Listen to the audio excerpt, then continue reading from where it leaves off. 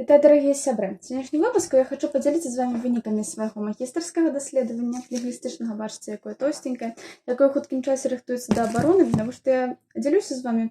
Ведаеце, існуе устойлівае меркаванне аб тым, што лінгвістыка ў цяперашні момант знаходзіцца ў стане крызы, і што класічнае лінгвістычнае даследаванне, не кажу пра міждысцыплінарнае, як, да прыкладу, мова і камп'ютарныя тэхналогіі, пра што мы з вами любім разважаць у гэтым блогу, а вось фундаментальнае лінгвістычнае даследаванне не надта запатрабаваны ў сучасным грамадстве, і яны актуальныя, цікавыя толькі ў межах вузкіх колах спецыялістаў.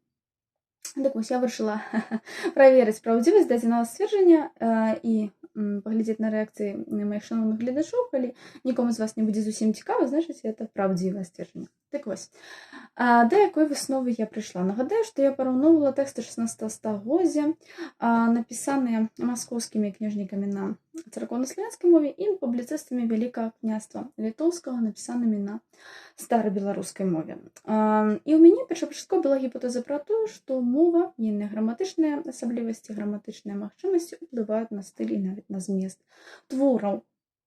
Так вось, вядома, што кожны з нас, кожны чалавек, кожны аўтар мае свой унікальны стыль, і ён абавязкова адбіваецца ў тэксце. Аднак у сярэднявечнай сітуацыі было не столькі важна паказаць сваё унікальнае бачанне свету і свой унікальны стыль, колькі прыналежнасць да пэўнай групы, да пэўнай рэлігіі, да пэўнай мовы.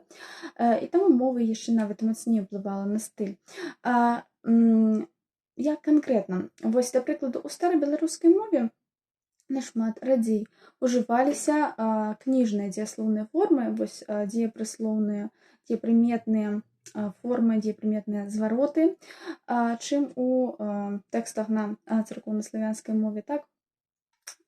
І з гэтай прычыны тэксты, напісаныя на старабеларускай мове, цяпер, на сённяшні дзень, успрымаюцца як больш празрыстыя, як больш прамыя, як больш дынамічныя.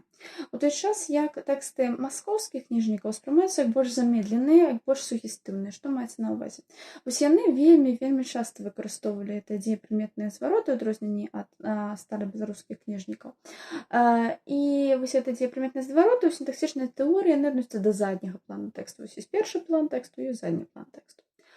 І найважнейшыя ідэі, так, і ацэнкі яны выносілі менавіта ў задні план і тым самым прымушалі чытача прымаць найважнейшыя ідэі, найважнейшыя свае суб'ектыўныя думкі вось на фоне заднім планам, вось падсвядома. Таму я называю больш сугестыўнымі. Вядома, гэта не адзіная выснова майго даследавання, але мяркую, для сённяшняга нашага выпуску будзе дастаткова і яе. Калі ласка, пішыце вашыя рэакцыі, каментары, калі яны ўзніклі, і падпісвайцеся на наш канал.